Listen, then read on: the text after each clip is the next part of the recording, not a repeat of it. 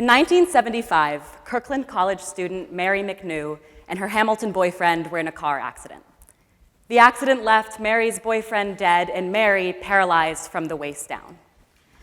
After the accident, Mary spent 3 months in a hospital and then 7 months in a rehabilitation center where she learned how to operate a wheelchair and navigate her new life. She then petitioned the college to allow her to return to campus, and she had a plan on how she would make it work. Mary would live on Millbank first floor and take all of her classes in KJ. She would use the elevator to eat her meals in McEwen, and she was prepared to leave campus if things became too challenging. Mary was ready to be back around her friends and regain a sense of normalcy, but the college refused her petition. Hamilton said that there was too much against Mary, and their lawyers were worried about the liability risk if Mary got hurt. Mary's friends advocated on her behalf. They said that they knew Mary, and they knew that she could handle this, and they wrote to the college and the Spectator saying so. But after weeks of the college saying no, Mary eventually transferred to Georgetown University, where they built wheelchair ramps for her, and Mary finished her degree. I'd like to thank Ellie Sorensen, president of the Disabled Student Network, for finding Mary's story in the Spectator archives and allowing me to use it for this speech.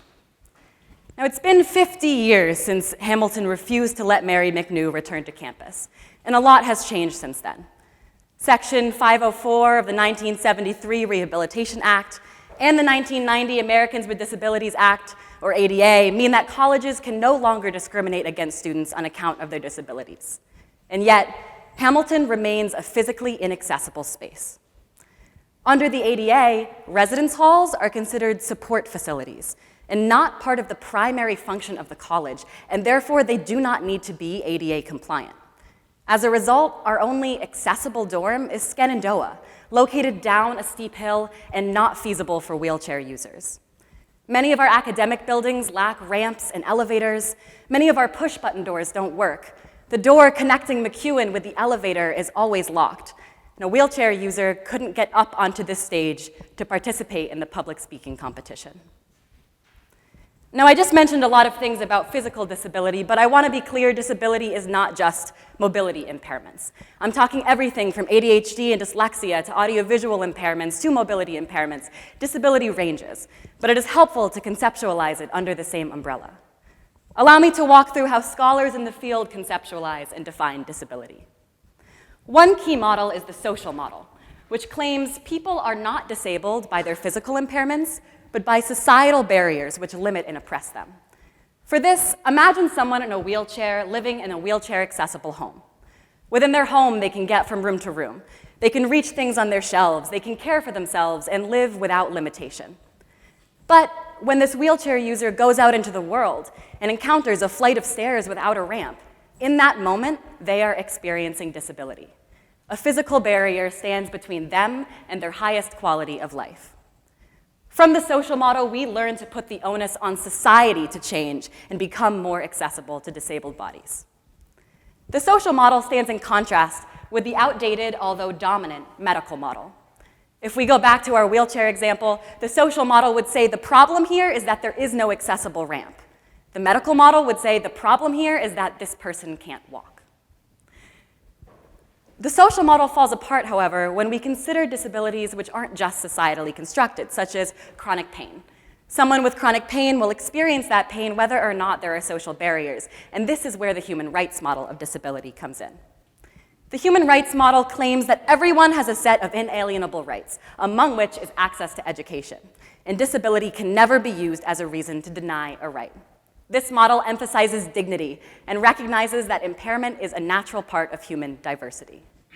Armed with both the social and human rights models of disability, I argue it is Hamilton College's responsibility to make this campus as accessible as possible to all students so that disability never stands between a student and their education. I'll walk through how Hamilton currently approaches this issue and the limitations of that approach. But I want to be clear, while I'm talking about Hamilton, this is not just a Hamilton problem. And we are amongst good company in our peer institutions for having lacking disability access. But Hamilton strives to be the best, and disability access should be no exception. Hamilton primarily addresses disability through academic accommodations, ways that we alter our learning environment to become more accessible, and these range. A student with an auditory processing disorder may receive lecture notes ahead of class. Students with ADHD may receive extra testing time. Professors might wear audio devices for students with hearing impairments. They make the classroom more accessible, certainly, but they're not without their flaws. First, Hamilton requires a medical diagnosis in order to give accommodations, which can be a long and expensive process and not something everyone has access to.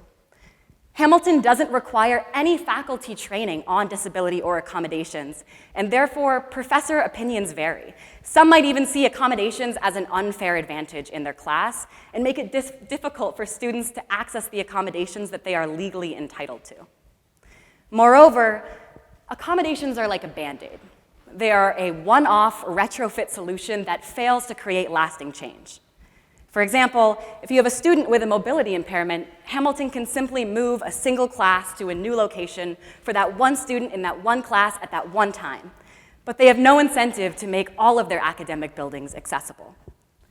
Disability scholar J.T. Dolmage argues that accommodations are not meant to help students achieve with disability. Rather, they are meant to temporarily level the playing field by making disability disappear.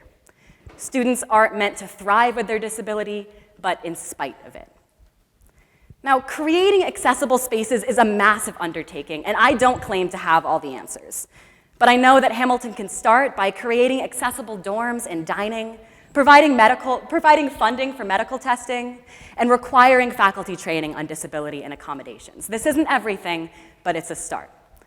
Because right now, Hamilton is sending graduates into the world who've spent 4 years of their lives largely sheltered from ever interacting with disabled students. And as future leaders, we need to be the ones with access at the forefronts of our minds whenever we're designing infrastructure, drafting policy, or creating curriculums.